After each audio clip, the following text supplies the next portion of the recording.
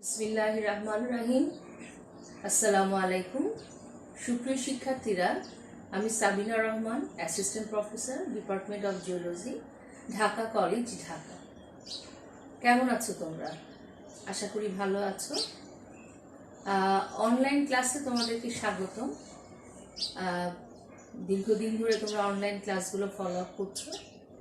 আশা করি তোমরা এই বিষয়ে ইউজড হয়ে গেছো এবং এই অনলাইন ক্লাসগুলো করে উপকৃত হচ্ছে। আজকে আর কোভিড-19 মহামারীর কথাটা নাই বললাম, প্রতিটা ক্লাসেই আমি বলি। এর মধ্যে তোমরা এই বিষয়ে অনেক বেশি সচেতন হয়ে গেছো এবং নিজেরা এই ব্যাপারে অনেক কিছু রপ্ত করতে পেরেছো, সেরকমটাই আশা করছি। তো আজকে আমরা টক্সিকোলজি, যে এমএসসি এন্টোমোলজি টক্সিকোলজি নিয়ে যে বিষয়টা নিয়ে পড়াবো আজকে, সেখানে সিনার্জিস্টস এবং ফিউমিগ্যান্টস এই দুটোকে নিয়ে আমরা আজকে হাইলাইট করব এবং এটাকে এই বিষয়ে আলোকপাত করব। তো শুরুতেই আমরা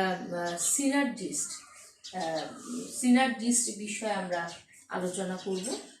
আসলে সিনার্জিস্টটা এমন কিছু পদার্থ, রাসায়নিক দ্রব্য যেটা নাকি কীটনাশকের সাথে মিশ্রিত করে ব্যবহার করা হয়। আসলে কীটনাশকের এই সিনার্জিস্ট আবার দুইভাবেই কাজ করে বা দুই রকম ভাবে এদেরকে পাওয়া যায়। কীটনাশকের সাথে এদের মিশ্রিত করার কারণটা কি জানো?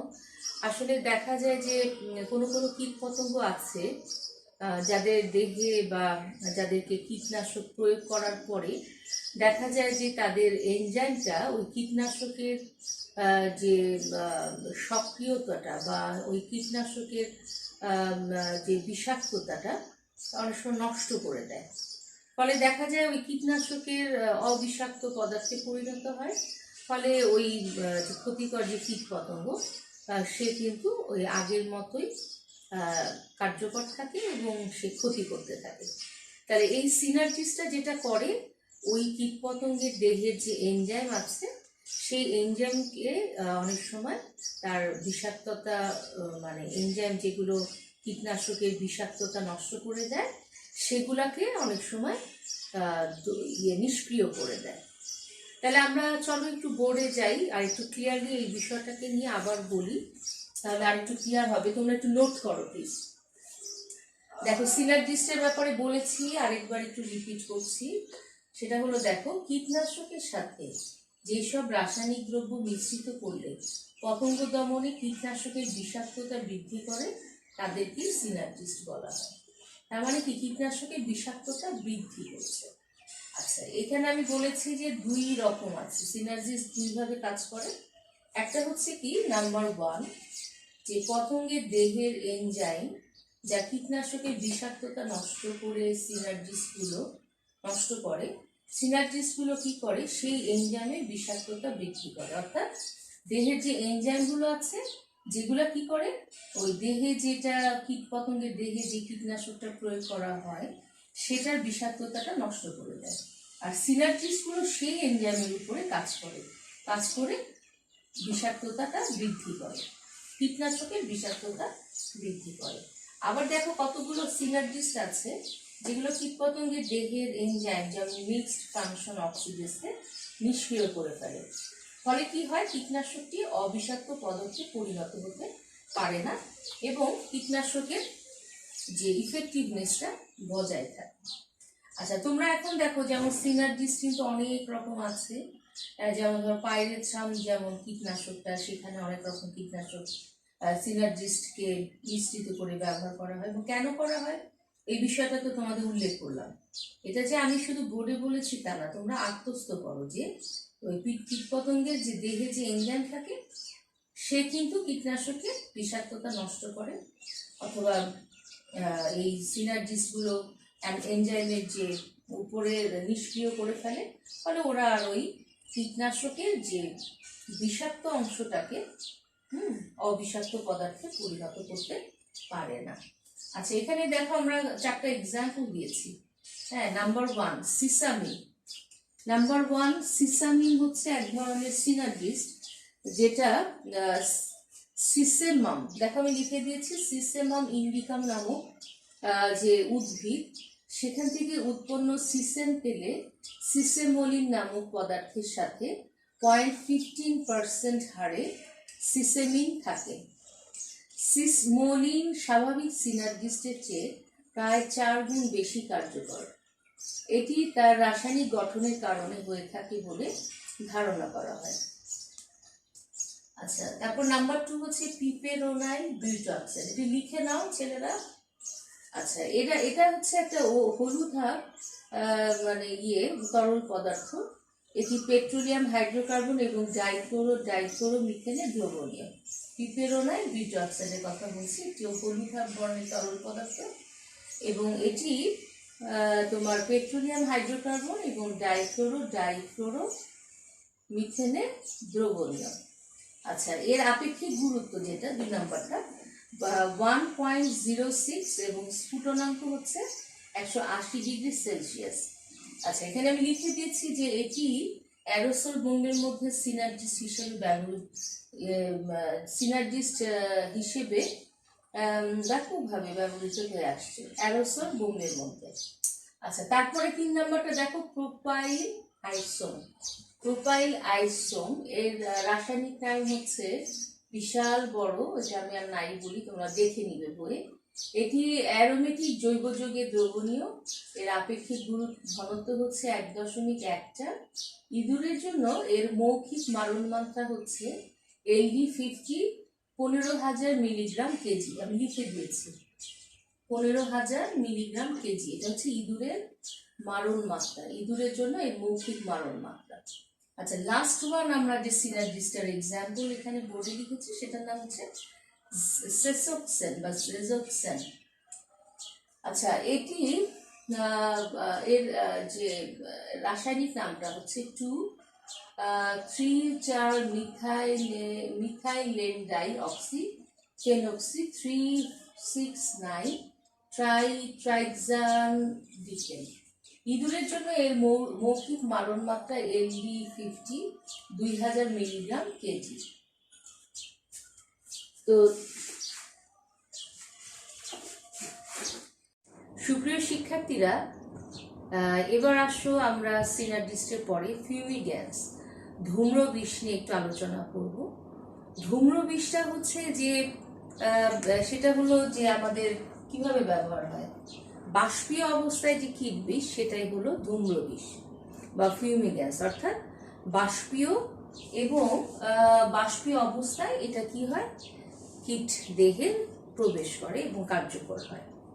তাহলে ধূম্র বিষটা সাধারণত বাড়িঘর, গুদামজাত যে শস্য থাকে সেসব ক্ষেত্রের যে বিভিন্ন পতঙ্গ আছে তাদেরকে দমনের ক্ষেত্রে এই ধূম্র বিষটা ভীষণভাবে কার্যকরী।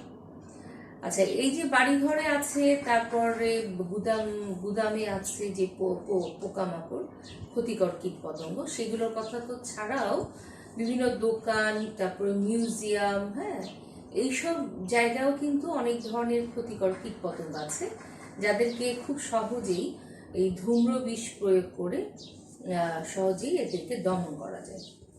এছাড়াও তোমার বিভিন্ন যে পণ্য আছে বা বিভিন্ন যেমন ধরো তামাক, হ্যাঁ, পনির, এই যে দ্রব্যগুলার যে পোকা আছে এদেরকে দমনেও কিন্তু ধূম্র বিষ ব্যাপকভাবে ব্যবহার হয়।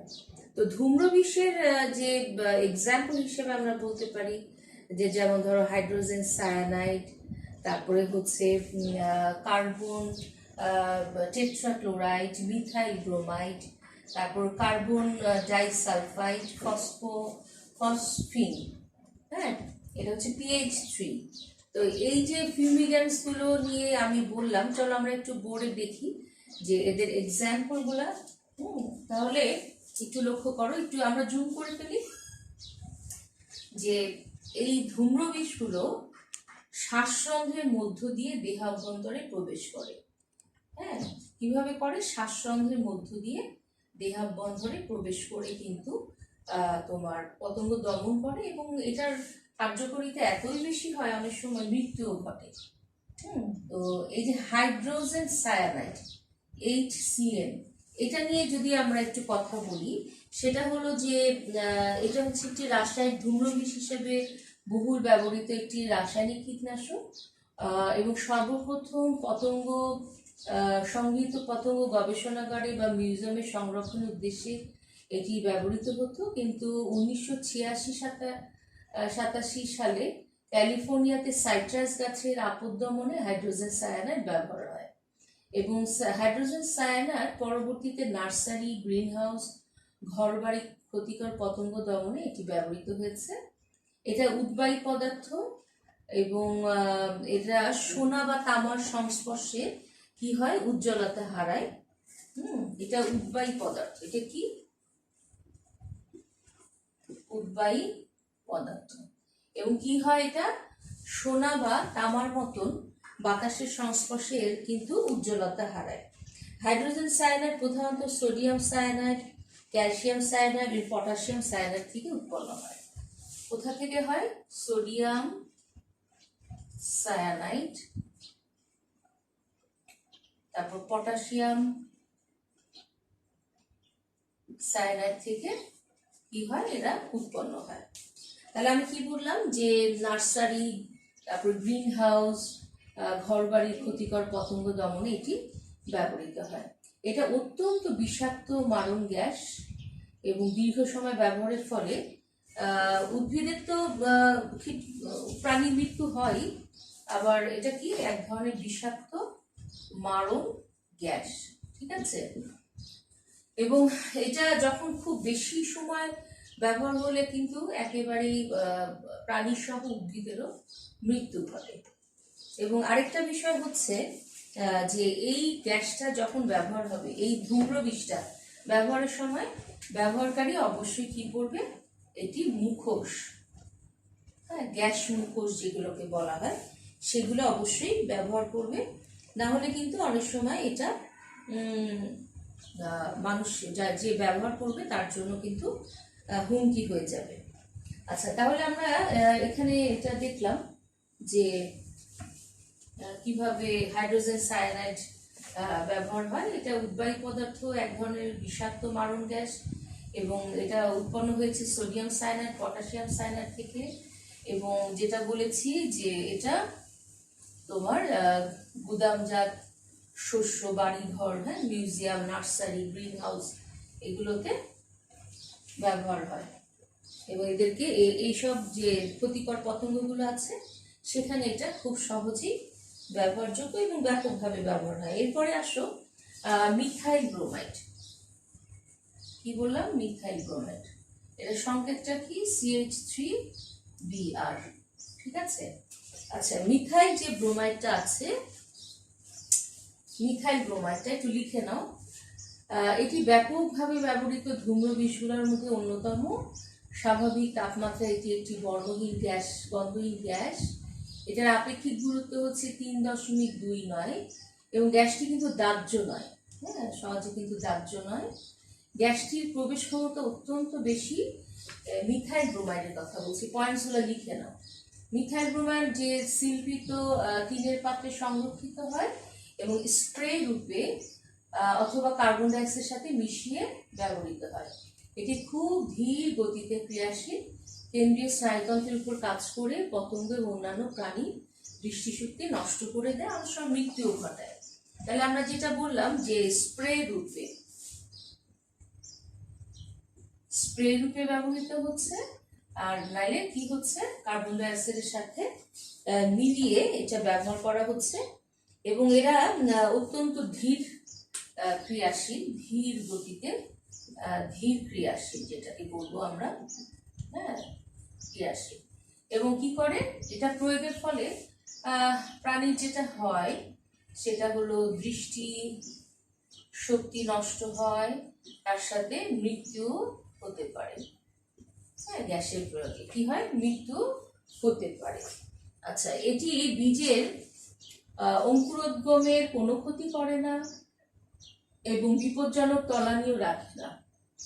আর গুদামজাত শস্যের ক্ষতিকর পতঙ্গ, শুকনো ফল, বীজের পতঙ্গ দমনে প্রতি 1000 ঘনফুট অবস্থায় 1 থেকে 3 পাউন্ড মিথাইল ব্রোমাইড 12 থেকে 16 ঘন্টা ধরে প্রয়োগ করা হয়।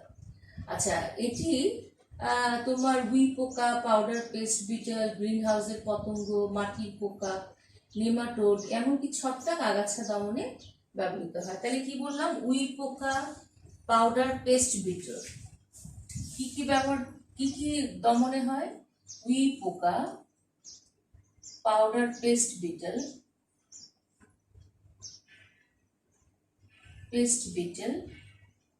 বিভিন্ন ধরনের ছত্রাক, হ্যাঁ, এগুলো দমনে ব্যবহৃত হয়।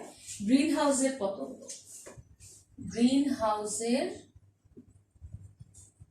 পতঙ্গ, তাহলে আমরা কি দেখলাম? মিথাইল ব্রোমাইড গুলো এই ধরনের পোকামাকড় দমনে ব্যবহৃত হয়।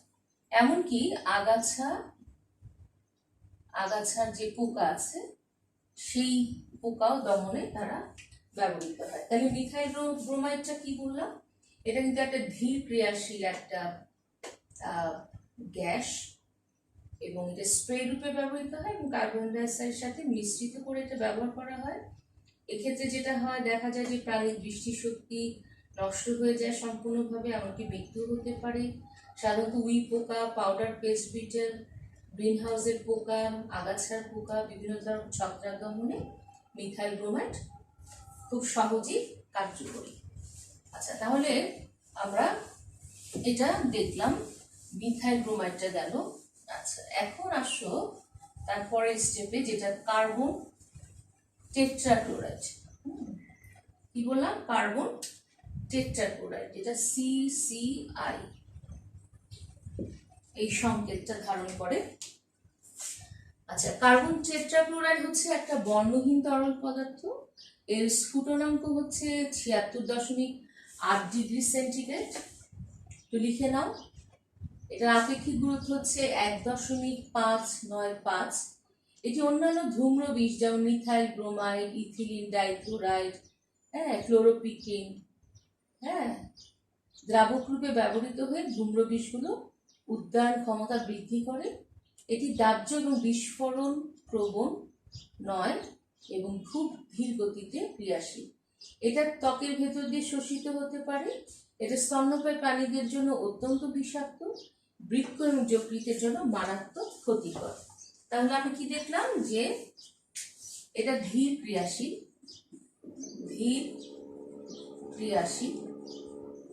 হ্যাঁ, তারপরে হচ্ছে এটা স্তন্যপায়ী প্রাণীদের জন্য মারাত্মক একটা বিষাক্ত গ্যাস, স্তন্যপায়ী প্রাণীদের জন্য একটি মারাত্মক বিষাক্ত গ্যাস, এবং বৃক্ক এবং যকৃতের জন্য খুবই ক্ষতিকর। বৃক্ক ও যকৃত এদের জন্য প্রচন্ড ক্ষতিকর। আচ্ছা, এরপরে আসো কার্বন সালফাইড, CH2। এরপর আমরা কোনটা নিয়ে আলোচনা করব? CH2, carbon disulphide. আচ্ছা, কার্বন ডাইসালফাইডের ব্যাপারে একটু লিখে নাও আমরা যা যা বলছি।